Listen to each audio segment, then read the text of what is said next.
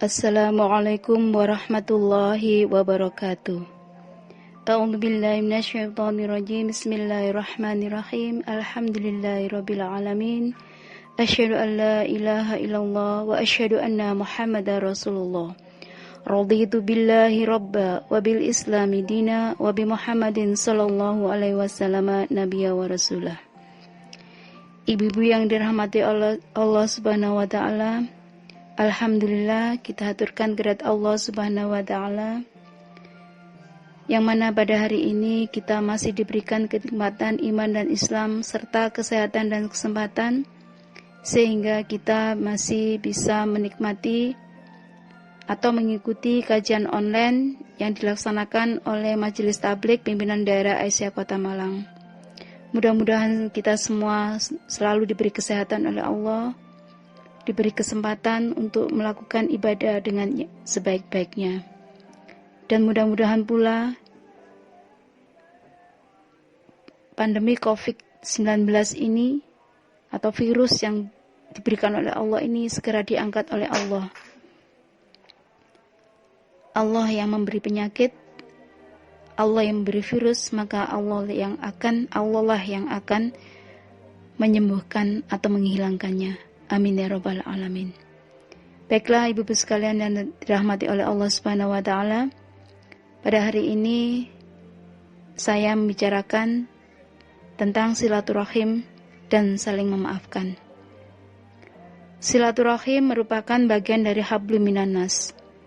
Oleh sebab itu, Islam sangat menganjurkannya agar dilaksanakan dalam kehidupan sehari-hari. Silaturahim mengandung beberapa manfaat. Di antaranya adalah mempererat persahabatan atau persaudaraan sama muslim. Sebab antara muslim satu dan muslim lainnya itu adalah bersaudara. Bahkan lebih dekat daripada saudara sekandung. Melalui silaturahim ini kita dapat bertukar informasi tentang keadaan masing-masing. Bisa saling memperhatikan, saling mengasihi, saling menyayangi, dan saling mengingatkan. Karena silaturahim ini sangat penting, maka Islam menetapkan hukum silaturahim itu adalah sunat. Artinya, silaturahim akan mendatangkan pahala di akhirat, selain juga beberapa manfaat di dunia ini. Dalam salah satu hadisnya, Nabi Muhammad SAW bersabda, "Hai manusia, sebarkanlah oleh kalian salam. Beri makanlah fakir miskin, hubungkanlah persaudaraan atau silaturahim, dan dirikanlah sholat ketika manusia sedang tidur atau tahajud. Pasti kalian masuk surga dengan selamat." Hadis ini diriwayatkan oleh At-Tirmizi. Berdasarkan hadis yang telah saya sebutkan tadi, ada 4 syarat untuk bisa masuk ke dalam surganya Allah. Tentu saja, jika kewajiban-kewajiban itu kita laksanakan dengan baik. Apa saja kewajiban itu? Yang pertama adalah menyebarkan salam. Salam merupakan ciri seorang muslim.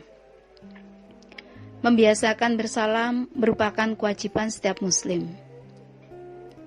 Di mana salam itu menjadi tanda dekatnya persaudaraan antara muslim yang satu dengan muslim yang lainnya. Hilangnya salam berarti hilang pula satu tanda keislaman. Bukan salam adat kebiasaan yang harus kita lakukan. Seperti kalau kita di Malang ada salam yang khas bagi orang Malang. Salah satu adalah salam, yaitu salam satu jiwa Arema. Itu kalau kita sebagai orang Malang, biasanya anak-anak muda mengatakan seperti itu. Tapi salam di sini adalah yaitu Assalamualaikum warahmatullahi wabarakatuh. Di mana salam itu mengandung keselamatan, keberkahan, dan doa kepada Allah Subhanahu wa taala agar kita selalu diberkahi. Kemudian Ada beberapa hal ketika mengucapkan salam.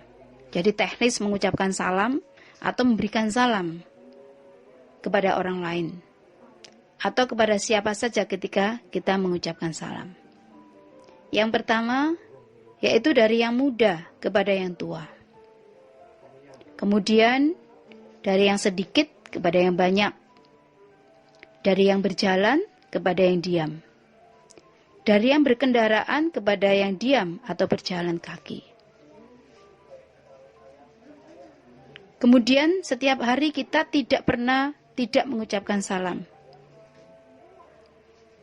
Di dalam sholat juga ada bacaan salam. Hukum mengucapkan salam yang pertama adalah wajib. Karena salam merupakan termasuk rukun dari sholat. Apabila tidak mengucapkan salam, maka sholatnya tidak sah. Dengan salam dalam sholat ini membuktikan betapa pentingnya kedudukan salam yang diperintahkan oleh Allah kepada kita. Di mana ketika salam dalam sholat, kita tengok kanan, tengok kiri. Dengan mengucapkan Assalamualaikum.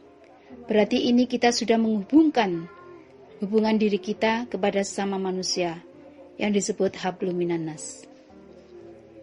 Sedangkan hubungan kita kepada Allah Subhanahu wa taala atau hablum minallah dalam sholat yaitu ketika kita mengucapkan takbiratul ihram Allahu Akbar. Ibu-ibu yang dirahmati oleh Allah Subhanahu wa taala. Yang kedua, syarat agar kita masuk surga yaitu memberi makan kepada fakir miskin.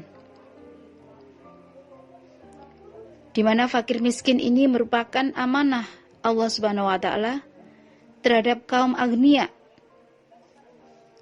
hartawan ataupun dermawan. Allah menitipkan agar nasib fakir miskin diperhatikan oleh mereka-mereka itu, yang memang kebetulan dipercaya oleh Allah untuk memiliki harta yang banyak. Karena harta kita ini tidak hanya milik kita. Ada hak orang lain di dalam harta kita. Amanah itu harus disalurkan dengan cara mengeluarkan zakatnya. Entah itu zakat fitrah, zakat mal, zakat perdagangan atau apapun. Atau infak, wakaf, dan sedekah.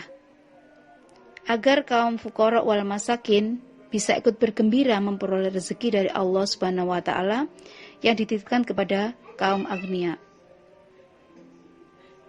Ini perlu kita pikirkan seperti dalam kondisi sekarang ini. Banyak orang yang jatuh miskin. Banyak orang yang tidak berpenghasilan karena pekerjaannya ditutup, karena di PHK, karena pemesanan tidak ada. Ataupun karena ketika berjualan, jualannya tidak laku. Kenapa? Karena daya beli masyarakat itu berkurang. Ekonomi yang menurun. Nah, ini sekarang perlu kita pikirkan. Alhamdulillah Aisyah sudah banyak membantu, tapi ini perlu kita terus. Semoga COVID ini segera berlalu di dunia ini, sehingga kegiatan ekonomi, sosial, dan semuanya bisa berjalan dengan lancar. Kemudian para ibu-ibu sekalian rahimakumullah. Yang ketiga adalah silaturahim, mempererat persaudaraan. Silah artinya adalah menghubungkan. Sedangkan rohim artinya adalah kandungan. Silaturahim diartikan menghubungkan persaudaraan. Sebab kita manusia berasal dari satu kandungan, yaitu kandungan dari Ibu Hawa, istri dari Nabi Adam alaihissalam. Rahim bisa juga diartikan cinta atau sayang. Bahkan rahim merupakan salah satu nama Allah. Sebagaimana firman Allah dalam hadis qudsi, kami adalah Ar-Rahman dan Rahim. Kami pisahkan dari nama kami. Barang siapa yang melaksanakan silaturahim, kami akan menghubungkan diri dengannya. Tetapi barang siapa yang memutuskan silaturahim, kami pun akan memutuskan hubungan dengannya. Hadis riwayat Bukhari Muslim. Mungkin untuk saat ini kita tidak bisa bersilaturahim dengan yang lainnya secara bertatap muka. Mungkin kegiatan di rumah, tidak bersilaturahim ke rumah saudara, itu akan lebih baik. Sehingga penyebaran dari virus corona ini tidak menyebar luas. Ada sebuah lagu yang dinyanyikan oleh suatu keluarga yang seperti ini. Jangan keluar dulu, jangan ketemu dulu, jangan ada mudik dulu, di rumah aja. Yuk kita bantu sesama, yang mampu bantu yang susah. Mari kita bersama-sama lawan corona. Ini adalah sebuah hiburan. Kalau di situ kita lihat, jangan ada mudik, jangan keluar dulu. Untuk silaturahim ini, kita di bulan di Syawal ini, di Idul Fitri mungkin tidak ada yang namanya silaturahim secara besar-besaran. Jadi kita bisa melakukannya di rumah bersama keluarga. Bahkan sudah ada himbauan dari PP Muhammadiyah bahwa kita tetap bisa melaksanakan sholat Idul Fitri di rumah masing-masing tanpa harus keluar dari rumah. Kita sekarang bisa melakukan silaturahim ini dengan melalui media sosial yang kita punyai. Bisa melalui WhatsApp, bisa telepon, bisa sekarang ini ada aplikasi Zoom, Skype, dan lain sebagainya. Jadi dengan kondisi seperti ini, tidak mengurangi kita untuk tetap bersilaturahim dengan siapa saja. Mungkin tahun ini adalah tahun yang menyedihkan ketika kita memang tidak bisa melakukan silaturahim dengan saudara-saudara kita yang jauh. Yang katanya atau yang biasanya kita bertemu hanya dalam setahun sekali. Dalam Idul Fitri. Tetapi sekarang kita tidak bisa bertemu dengan saudara-saudara kita. Tapi itu bukan berarti kita memutuskan silaturahim. Karena ini memang kondisi yang tidak bisa kita elakkan. Selanjutnya dalam hadis riwayat Ahmad dan Tobroni disebutkan, sebaik-baik orang yaitu yang paling takwa kepada Allah, yang paling rajin bersilaturahim, yang suka menyuruh berbuat baik dan mencegah kejahatan. Kemudian dalam hadis yang lain Allah menjanjikan kepada kita, barang siapa yang suka bersilaturahim akan diberi rezeki yang banyak dan dipanjangkan umurnya. Ya, ini contohnya ketika kita ke rumah, paling enggak ke rumah saudara atau tetangga misalkan. Ketika kita bersilaturahim, minimal kita diberi minum. Atau kadang kue. Atau bahkan ketika pulang, kita biasanya dibawa oleh-oleh. Atau sekedar apa yang di rumah biasanya kita menjadi suatu kebiasaan. Apa yang kita punya di rumah itu biasanya, kasihkan tamunya. Nah, kemudian dipanjangkan umur kita, artinya umur yang barokah. Hadis itu diriwayatkan oleh Muslim. Sebaliknya, orang yang memutuskan persaudaraan, meskipun rajin beribadah, Allah menyediakan siksa baginya. Bahkan tidak akan bisa masuk surga. Rasulullah bersabda, la yadkhulul jannata khoto'ah. Tidak akan masuk surga orang yang memutuskan silaturahmi. Baiklah ibu-ibu sekalian yang dirahmati oleh Allah. Selanjutnya syarat yang harus kita lakukan yaitu melaksanakan sholat tahajud. Yang keempat adalah melaksanakan sholat tahajud, di mana sholat ini dilakukan oleh seorang hambanya sebagai bukti dekatnya seorang hamba kepada Allah.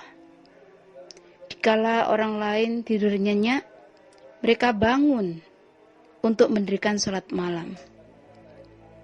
Meskipun dengan rasa ngantuk, kedinginan, mereka tetap memaksakan diri untuk bangun. Ketika kita sholat di tengah malam, akan lebih terasa lebih khusyuk dan nikmat. Kenapa? Karena kita merasa seakan-akan kita berhadapan langsung dengan Allah Subhanahu wa Ta'ala.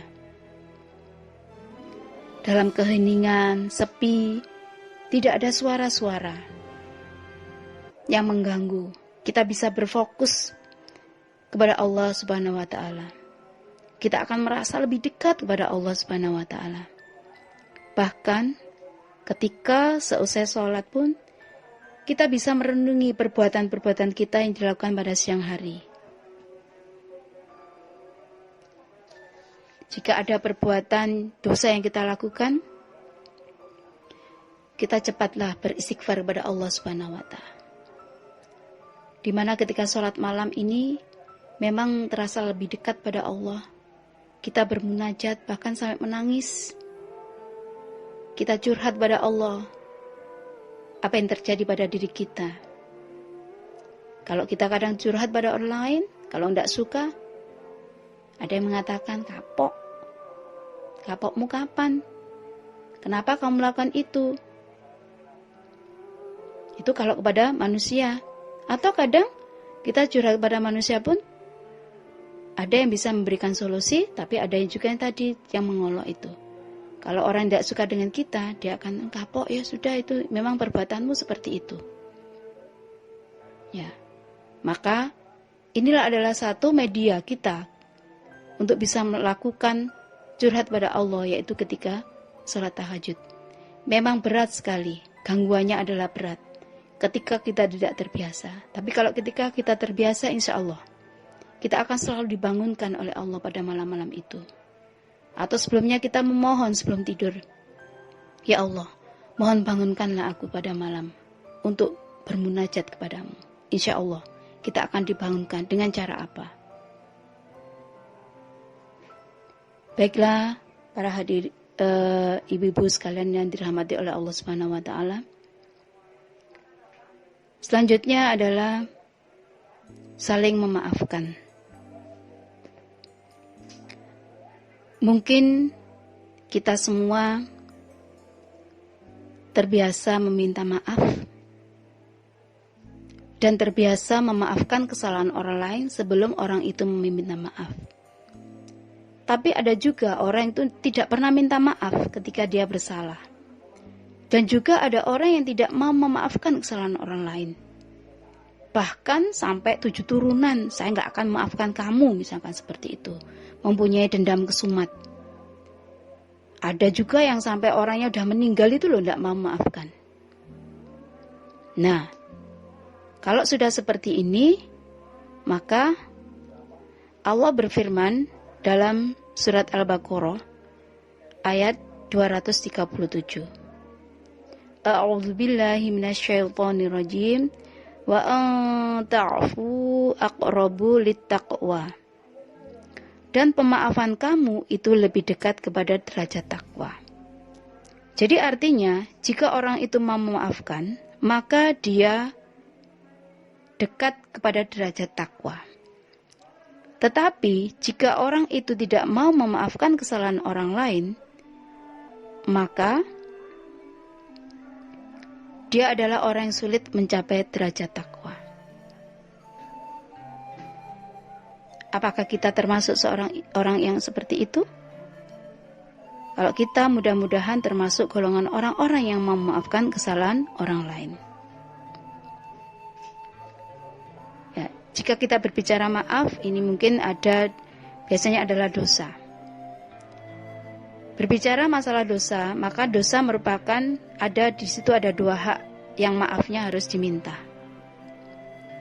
Hak yang pertama yaitu dosa yang merupakan hak Allah, di mana bahwa kita cara menghapus dosa itu adalah kita wajib secara langsung mohon kepada Allah Subhanahu wa taala dengan cara beristighfar. Astagfirullahaladzim, ya Allah ampunilah dosaku. Ini banyak yang harus kita lakukan, di dalam sholat juga ada. Tetapi apakah kita sudah beristighfar, sudah benar-benar beristighfar pada Allah? Istighfar itu tidak main-main. Ketika kita sudah berbuat dosa, kemudian istighfar, jangan sampai diulangi lagi. Kita harus bertaubat, yaitu taubatan nasuha. Kemudian hak yang kedua adalah dosa yang merupakan hak sama manusia. Terhadap hak manusia inilah kita memohon ampunnya atau meminta maaf kepada manusia juga. Tetapi apabila permohonan maaf kita ditolak, masalah itu kita serahkan saja kepada Allah. Karena sebagai manusia kita tidak bisa memaksa orang lain untuk memberi maaf. Tapi seperti dalam surat Ali Imran, di situ jelaskan siapa yang mau masuk surga, maka dia harus memaafkan kesalahan orang lain. Benar-benar legowo dengan kesalahan orang lain. Jangan sampai mendendam. Nah, inilah ibu-ibu sekalian yang dirahmati oleh Allah Subhanahu wa taala, yang bisa saya sampaikan. Jadi yang sudah kita bahas tadi adalah tentang silaturahim dan saling memaafkan. Mudah-mudahan dengan adanya seperti ini kita menjadi orang-orang yang senantiasa mau bersilaturahim dan memaafkan kesalahan orang lain. Kemudian apa tadi? Menyebarkan salam, memberi makan fakir miskin. Karena tadi di lagunya kan ada yang mampu bantulah yang susah, yang mampu bantulah yang susah. Seperti kondisi sekarang ini, marilah kita senantiasa berbagi,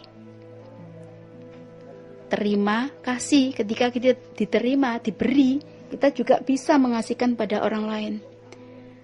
Alhamdulillah memang rezeki masing-masing orang itu berbeda-beda. Tapi paling tidak kita berharap semua ibu-ibu Aisyah, insya Allah termasuk orang-orang yang suka memberi. Semua yang ingin masuk surganya Allah Subhanahu wa taala. Baiklah, ibu-ibu sekalian dirahmati oleh Allah Subhanahu wa taala, marilah kita senantiasa berdoa pada Allah Subhanahu wa taala agar kita selalu diberi hidayah, maghfirah dan ridho dari Allah Subhanahu wa taala.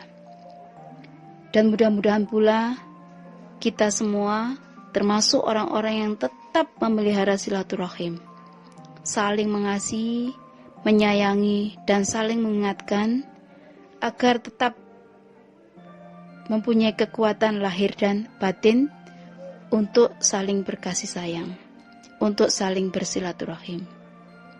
Dan mudah-mudahan pula kita sama Allah diberi kesempatan, diberi kesadaran untuk menginfakkan harta kita, baik ketika kita senang, ketika kita kaya, maupun ketika kita susah atau ketika kita sempit.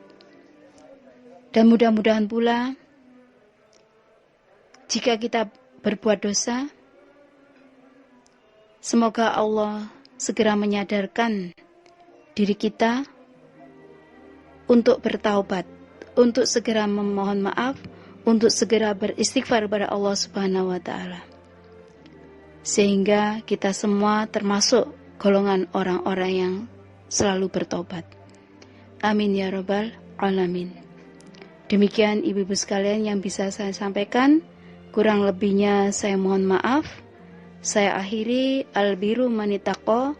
Wassalamualaikum warahmatullahi wabarakatuh.